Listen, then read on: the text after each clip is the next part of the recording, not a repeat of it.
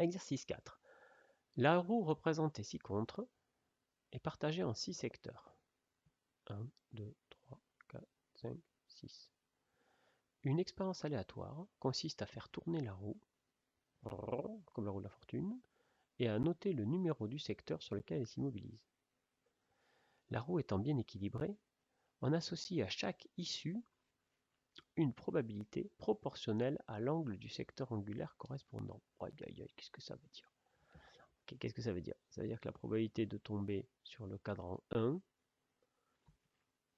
et comme le cadran 1 c'est 45 degrés, et que 45 degrés c'est la moitié de 90 degrés, ça veut dire qu'on aura 2 fois moins de chances de tomber sur le cadran 1 que le cadran 2, par exemple.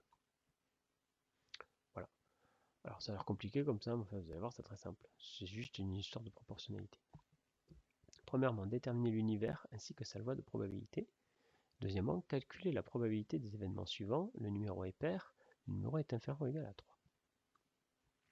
Ok. Allons-y. Alors, l'univers. Bon. Alors là, normalement, vous me dites ça. L'univers, c'est 1, 2, 3, 4, 5, 6. Bah oui, il y a 6 secteurs. Hein. Il y a 6 secteurs, il y a... Hein, ils sont là, je vais les dessiner. Hein. Le 1, le 2, le 3. Ouais, et le 4 et le 6, ils sont tout petits. Ils sont plus petits. Toc, toc, comme ça. Le 5 qui est énorme, le 6. Bon. Alors, on peut tout à fait considérer cet univers. Sauf qu'il a un gros problème, cet univers. Cet univers, il n'est pas équiprobable. Est-ce que c'est clair? C'est évident, puisque je vous ai dit que la probabilité de faire 1, c'était la moitié de la probabilité de faire 2. Donc elles ne sont pas égales, puisque c'est la moitié. Hein, souvenez-vous, équiprobable, ça veut dire que la probabilité de faire 1, c'est la même que la probabilité de faire 2, 3, 4, 5, 6. Bon, il n'est pas équiprobable. Après, c'est pas grave. Hein. Regardez tout à l'heure avec le dé, on avait un dé pipé et c'était pas équiprobable non plus et on a pu faire des choses. Alors, il a un premier problème, c'est qu'il n'est pas équiprobable. Et un deuxième problème, c'est qu'il ne répond pas. Il ne répond pas au sujet. Il ne répond pas au sujet. Pourquoi? Parce que le sujet, regardez ce qu'on va demander après. Le numéro est pair. Le numéro est inférieur ou égal à 3. On pourrait être tenté. Alors, il ne répond pas directement. Hein, directement au sujet. On pourrait être tenté de créer un autre univers. Ah oui, je l'ai appelé oméga 1. Un autre univers oméga 2 qui lui répondrait directement au sujet. Il y aurait pair, impair, et puis qu'est-ce qui nous intéresse encore? Inférieur ou égal à 3, et le contraire, strictement supérieur à 3. Voilà un autre univers qu'on pourrait considérer. Hein, alors c'est quoi le problème de celui-là? Alors, lui il répond au sujet, puisque je vais avoir directement la probabilité de pair et de inférieur ou égal à 3, ce que je cherche. Alors, le problème c'est qu'il est lui non plus pas du tout équiprobable. Hein, et puis, qui n'est pas du tout pratique à utiliser. Pourquoi il n'est pas pratique? Parce que j'ai aucune donnée moi sur est-ce que je suis plus petit que 3, est-ce que je suis plus grand que 3, est-ce que je suis pair, est-ce que je suis impair. Alors vous voyez, être plus petit que 3, apparemment c'est... on ne sait pas. En fait, pour répondre pour arriver à trouver les probabilités de cet univers, en fait on va tout le temps se baser sur celui-là. Donc bon, celui-là il n'est pas très intéressant. Alors ce qui serait bien, c'est d'essayer de trouver un univers oméga 3 qui lui soit équiprobable. Alors, comment faire? On vous dit que équiprobabilité, relisons le texte, on vous dit la roue étant bien équilibrée, on associe à chaque issue une probabilité proportionnelle à l'angle du secteur angulaire correspondant. comment faire pour obtenir un truc qui est équiprobable? Eh bien, il faudrait que toutes les issues soient des secteurs d'angle égaux. Alors là, c'est pas le cas, là c'est 30 degrés, là c'est 90, etc. Non, 45. Bon. Alors, on a quoi? On a 30 degrés. Regardons un peu ce qu'on a comme degrés possible. On a 30, 45, 90 et 120. Alors, il faudrait trouver un dénominateur commun à tout ça qui permette de trouver les choses. Alors, par exemple, si je prends 15 degrés, si je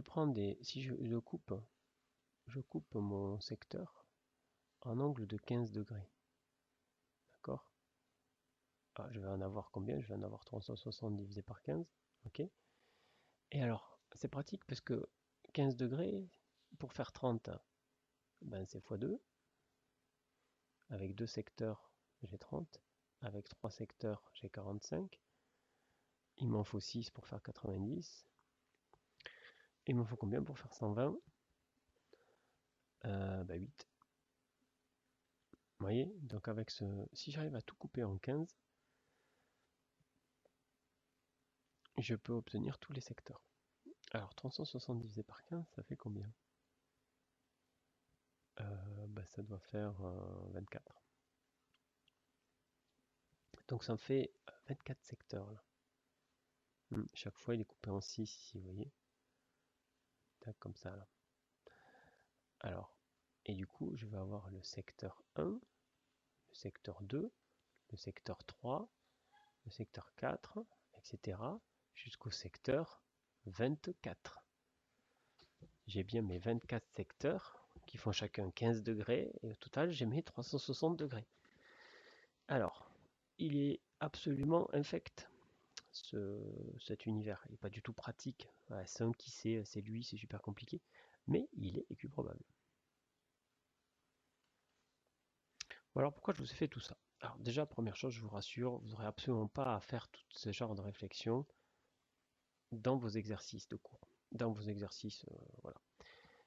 C'est juste pour vous faire comprendre que à une situation donnée, à une expérience aléatoire donnée, je ne suis pas tenu d'appliquer un univers bien fini, enfin bien défini.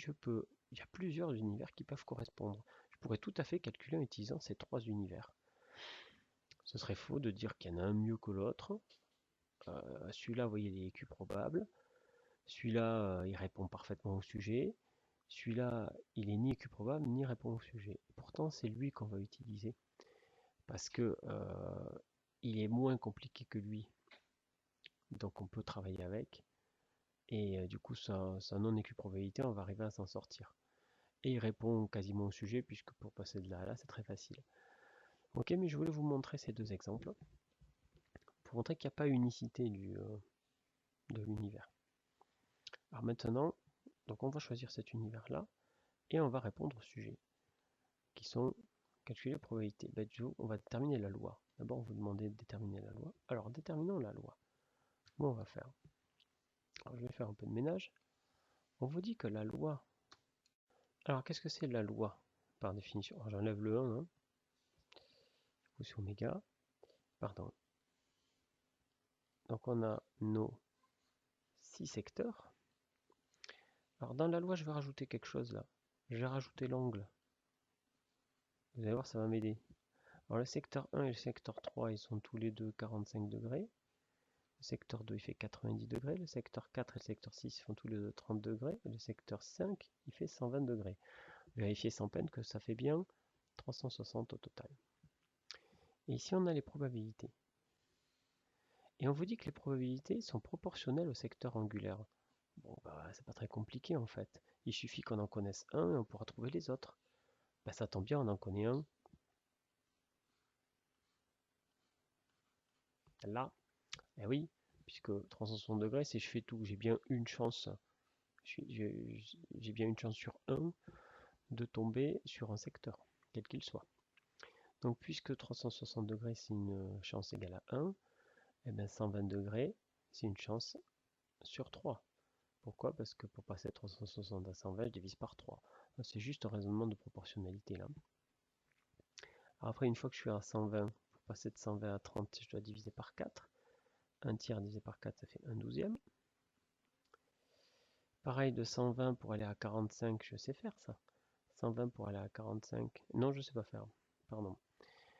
Par contre, de 30 pour aller à 90, je sais faire. C'est x 3. Donc là, ça fait 1 douzième fois 3. 1 douzième fois 3, ça fait 1 quart.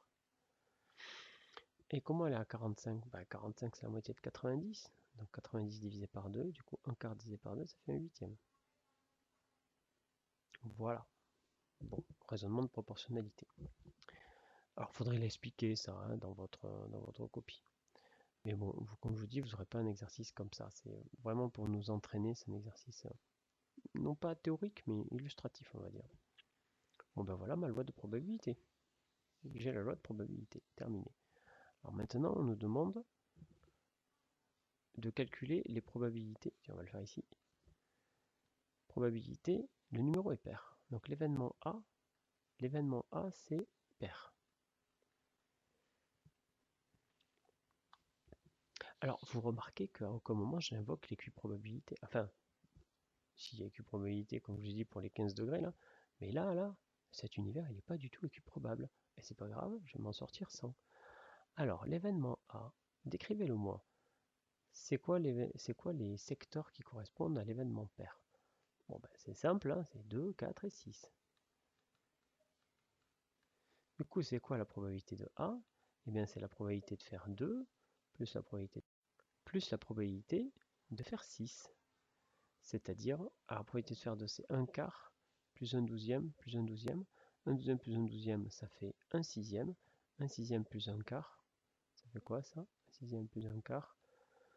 On met tout sur 12, ça fait 2 plus 3, ça fait 5 douzièmes.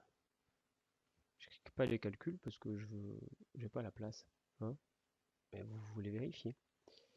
Ensuite, l'événement B. L'événement B, c'était faire un nombre inférieur à 3, inférieur ou égal à 3.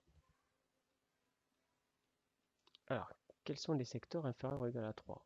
1, 2 et 3. Attention, c'est ou égal. Du coup, la probabilité de faire de l'événement B, c'est la probabilité de faire 1 plus la probabilité de faire 2 plus la probabilité de faire 3. C'est-à-dire 1 huitième plus 1 huitième plus 1 quart. 1 huitième plus 1 huitième, ça fait 2 huitièmes, donc 1 quart. 1 quart plus 1 quart, ça fait 1 demi.